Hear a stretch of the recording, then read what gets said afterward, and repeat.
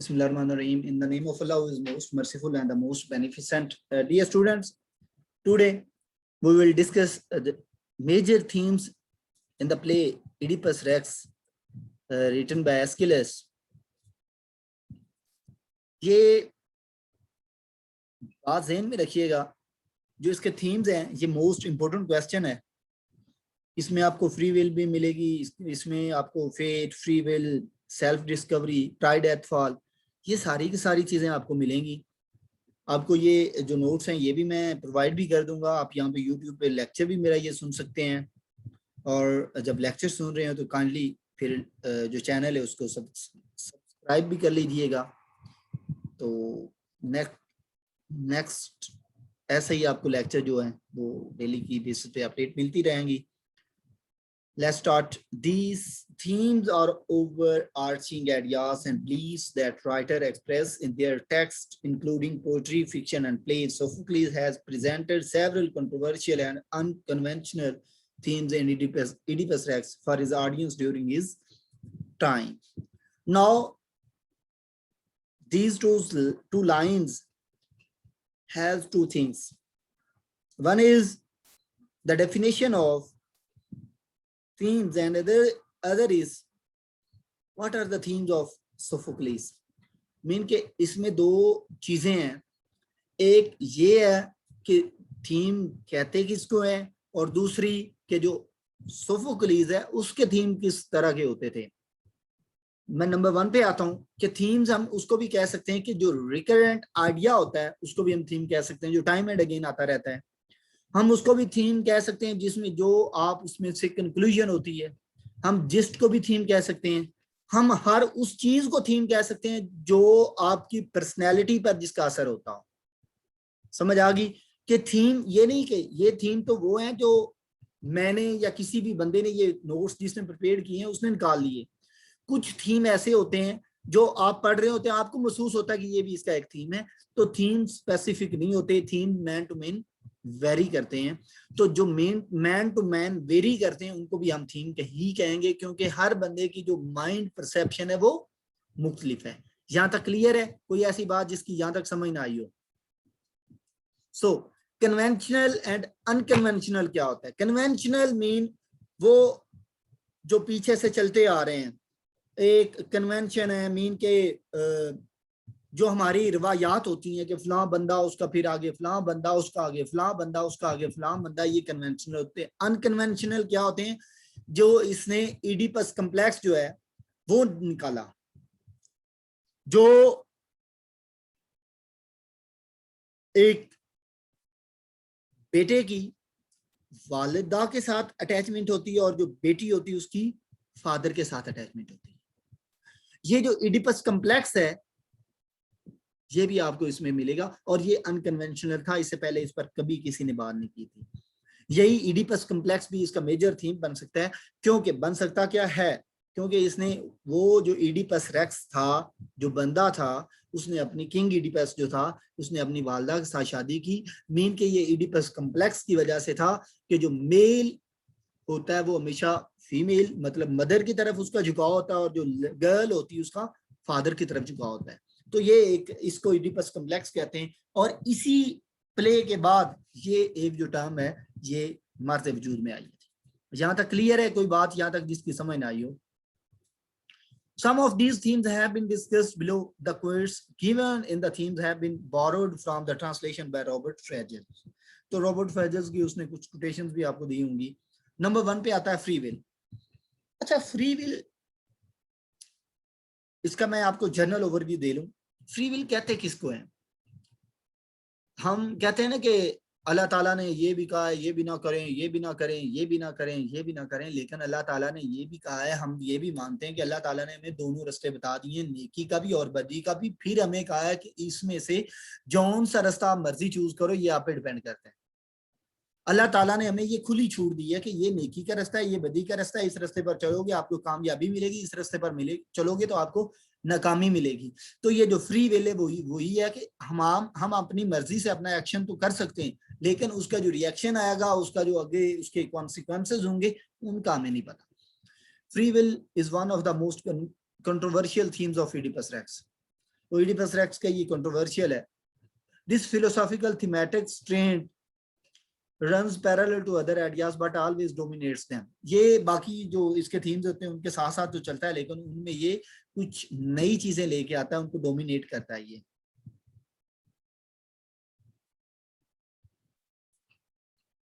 Whether a man is the master of his fate and fortune is still a debatable question। अच्छा, एक बात के इंसान अपनी किस्मत आप बनाता है, यहाँ पे वो जो एक जो यकीन होता है ना किस्मत पे, वो यहाँ पे कमजोर पड़ता है, लेकिन हम मुसलमान हैं, हमने उसको नहीं छोड़ना। मेहनत और आपकी किस्मत दोनों मिलकर इंसान को ग्रेट बनाती हैं।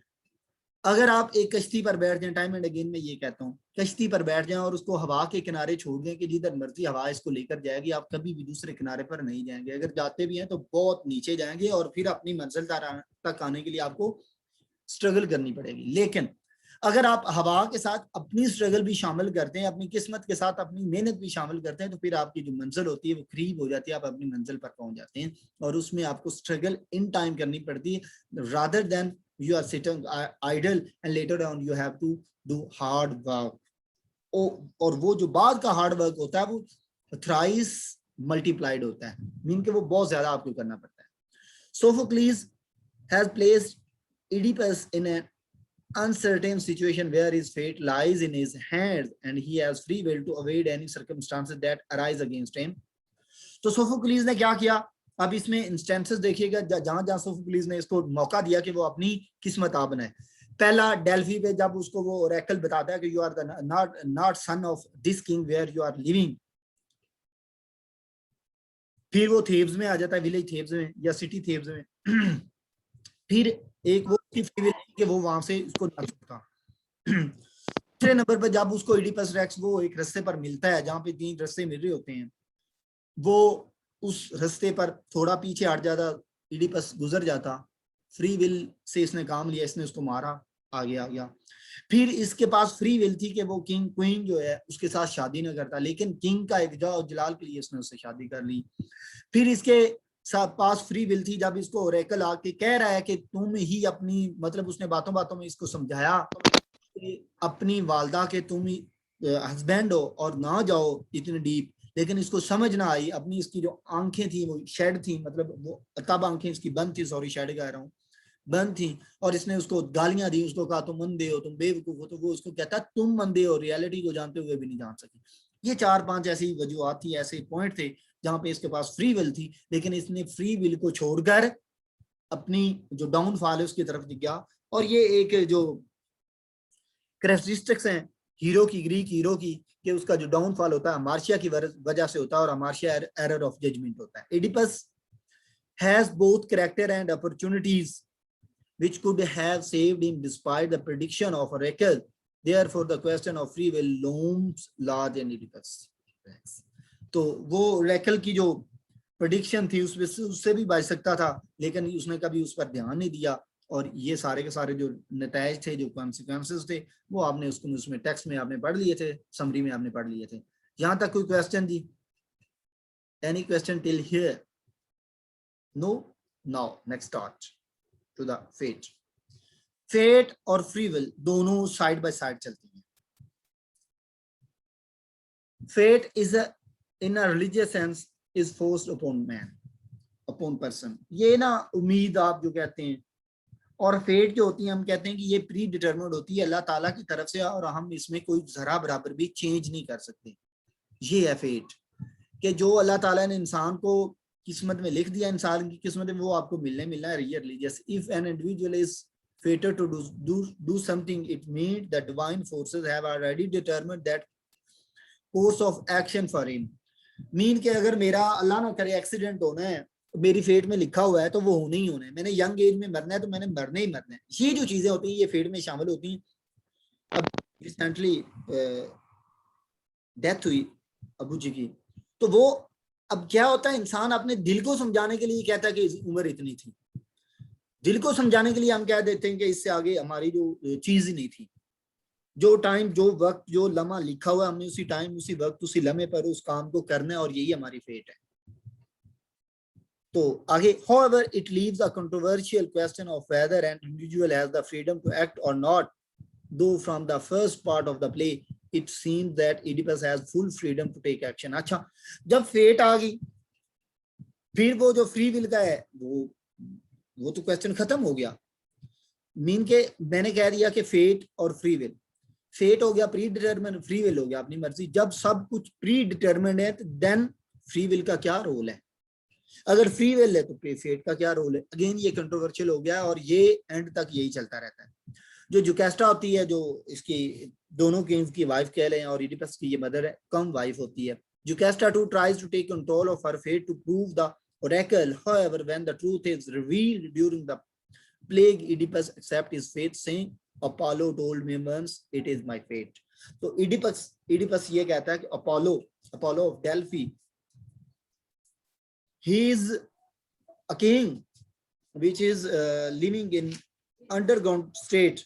He said that it is my fate that I will kill my father and then I will got married to my mother. Self discovery, खुद की पहचान आ जाना। यहां तक आपको क्लियर है स्टूडेंट्स? कोई यहां तक बात जिसकी आपको समझ ना आई हो, कोई टेक्स्ट में बता दें।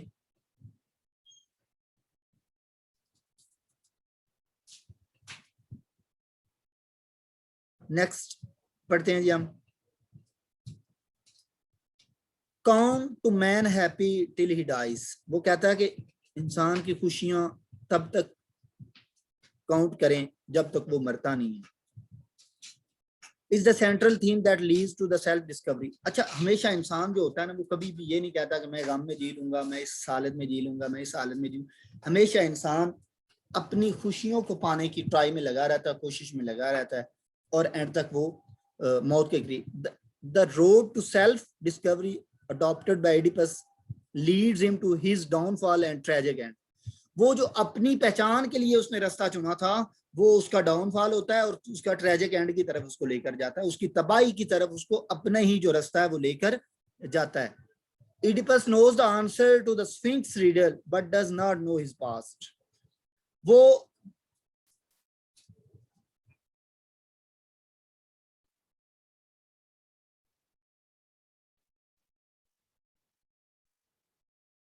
सॉरी स्टूडेंट्स, जो इडिपस है वो स्फिंक्स के क्वेश्चन का तो आंसर का तो क्वेश्चन जानता था, और सॉरी क्वेश्चन का आंसर जानता था, लेकिन उसको अपने पास्ट के बारे में नहीं पता था।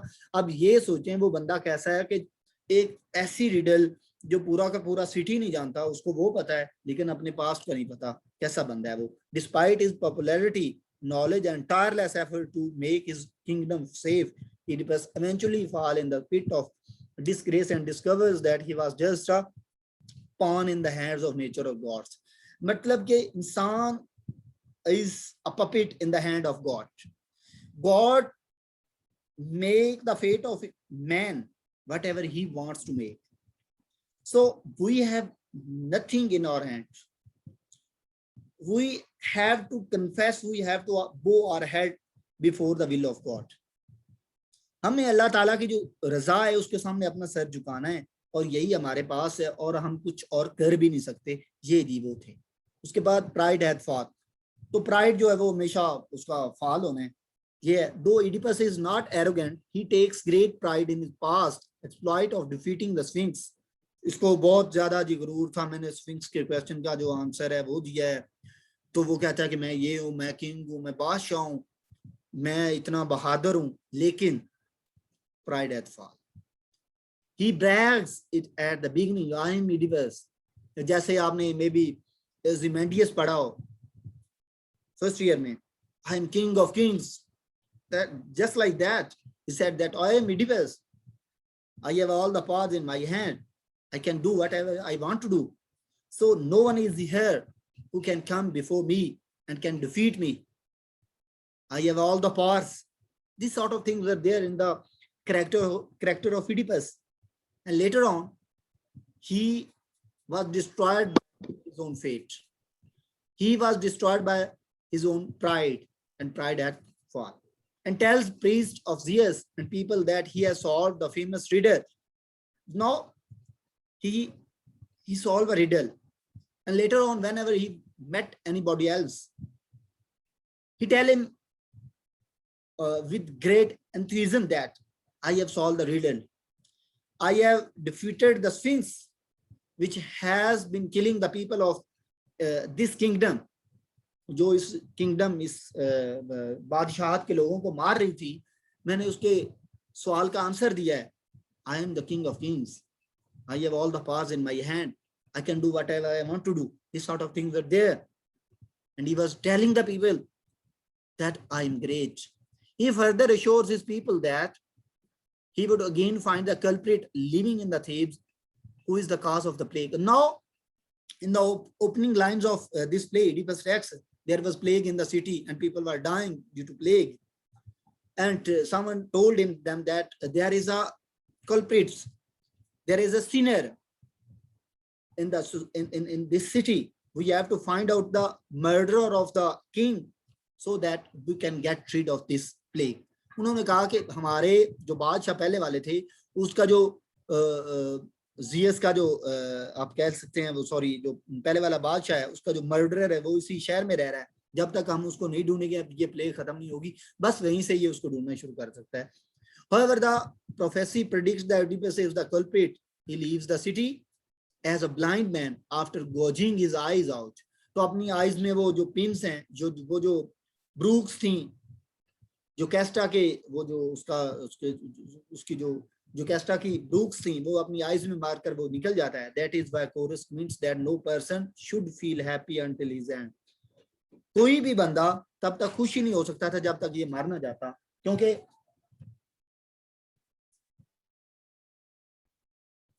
कोई भी बंदा तब तक खुश नहीं होता जब तक ये मर ना जाता.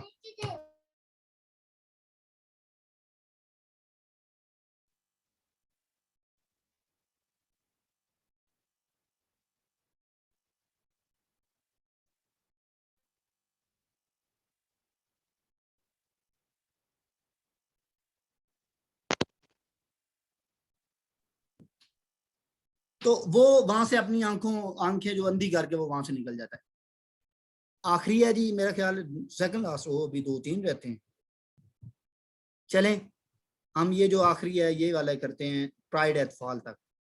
सेल्फ डिस्कवरी हो गया, प्राइड एट फॉल हो गया. अब ये आखिरी है जी, इग्नोरेंस एंड ब्लाइंडनेस. अच्छा, इग्नोरेंस क्या होता है? आपकी आंखों के सामने सब कुछ हो रहा है और आप उसको इग्नोर कर रहे हैं, ये इग्नोरेंस है. दो तरह के लोग अंधे होते हैं. एक वो अंधे जिनको आंखों से कुछ नहीं नजर आता, एक वो अंधे होते हैं जिनको सब कुछ नजर आ रहा होता है लेकिन वो उस पर कोई पॉइंट नहीं कर सकते, उस पर कोई बात नहीं कर सकते. और वो लोग जिनकी आंखों के सामने सब कुछ हो रहा होता है और कुछ कर नहीं सकते या कुछ कहते नहीं या उसको ओवरलुक कर देते हैं, वो अंधे हैं असल में. Ignorance of heart as well as the mind, दिल और दिमाग दोनों की जहालत. In other words, Oedipus says blind to the consequences of his action. तो वो जो होता है वो अपनी जो consequences होते हैं, अपने जो एक एक्शन का रिएक्शन होता है उससे भी वो लाइलम रहता है. He does not know that the old man he killed on the highway could be his father. वो ये नहीं जानता कि जिसको उसने उस रास्ते पर मारा था वो उसका बाप भी हो सकता है. And the woman married to could be his mother. कि वो आदमी जिसको उसने कत्ल किया वो उसका बाप हो सकता है, वो औरत जिससे वो उसने शादी की है वो उसकी माँ हो सकती है. ऑन द अदर है द ब्लाइंड प्रॉफिट. ये ब्लाइंड प्रॉफिट टेरिसियास का मैं आपको बता रहा था. तो वो उसको कहता है कि तुम you are the killer murderer of your father and you are the, ये आपको मैंने तब कोटेशंस भी पढ़ाई थी. वो कहता है you are the murderer of your father, you are the culprit and you are is the brother of your own child. कहता है कि तुम अपने ही बच्चों के भाई भी हो. जब वो उसको कहता है तो ये तब इसको पता चलता है. और फिर वो कहता है I am not the blind, you are is blind. तुम अंधे हो, मैं अंधा नहीं हूँ. Can see things even though he is physically blind. He interprets the oracle of Delphi and tells the solutions. Creon does not want to run the government due to his ignorance. Creon जो होता है इसका साला साहब होता है, वो कहता है कि I couldn't run the government. Guilt and Shem को छोड़ें, सर्च फॉर ट्रूथ ये एडिपस सारा का सारा है. होब्रिस मैंने पहले ही करवाया था. और पार जो होती है just like pride at fall, ये वाला था. और जस्टिस ये वाला, ये इंपॉर्टेंट है, ये हम करते हैं जी. Justice delayed is justice denied. मैं यहाँ पे लिख भी देता हूँ।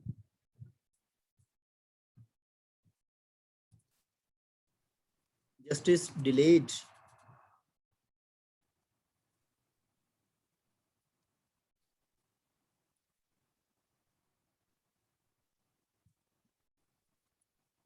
Is justice denied. देर से दिया गया जो आपका इंसाफ है वो ऐसे ही कि आपने इंसाफ ही नहीं दिया। इंसाफ हुई जो आप किसी को इन टाइम देते हैं और जिसकी उसको जरूरत होती है और वो उसको हासिल कर लेता है, वही इंसाफ है। Although Oedipus passed, the curse and the punishment remain a mystery. Justice is an important theme. देखिए, समटाइम ऐसा होता है हम एक बंदे को विलन समझ रहे होते हैं, लेकिन जब एंड पर उसका कैरेक्टर सामने आता है हमें उससे एक दिली अटैचमेंट हो जाती है, और एक बंदे को हम हीरो समझ रहे होते हैं लेकिन उसका जो रियलिटी समझ सामने आती है हमें उससे नफरत होने लग जाती है। सेम है, अगर आप स्टार्ट में देखें तो मे बी इडिपस के साथ कुछ ना कुछ फीलिंग्स और अफ्लिक्शंस हो, लेकिन लेटर ऑन हम उसको कहते हैं कि ये तो killer of his own father है। When the play opens, the leader asks Oedipus to rule the city justly at the end of the play. वो कहता है कि वो उसको लीडर कहते हैं, वो जो लीडर ऑफ द कोरस है वो उसको कहता है कि ईमानदारी से शहर पर हुकूमत करो और इस प्ले को खत्म करो। As it is his duty, well best to discover his past. लेकिन जब वो अपने पास्ट को ढूंढने की में पागल हो जाता है, he is unable to dispense justice. तो वो इस काबिल नहीं होता कि वो जो इंसाफ है उसको कायम रख सके। He also accused Creon of conspiring against him. तो वो क्रियोन को कहता है कि तुम मेरे खिलाफ एक प्लान बना रहे हो, तुम मुझे मेरी हुकूमत जो वो छीनना चाहते हो। Once the bitter truth is revealed, जब एक जो जालमाना या जबराना हकीकत सामने आती है, Oedipus takes the punishment upon him. It seems like a harsh justice against Oedipus who was not aware of their parent truth or the curse. तो ये सारा का सारा वही था कि Oedipus में भी अपने फादर के बारे में नहीं जानता, उनकी हकीकत में के बारे में नहीं जानता या सच्चाई के बारे में नहीं जानता। This was the question till now. If you people have any question, you may ask me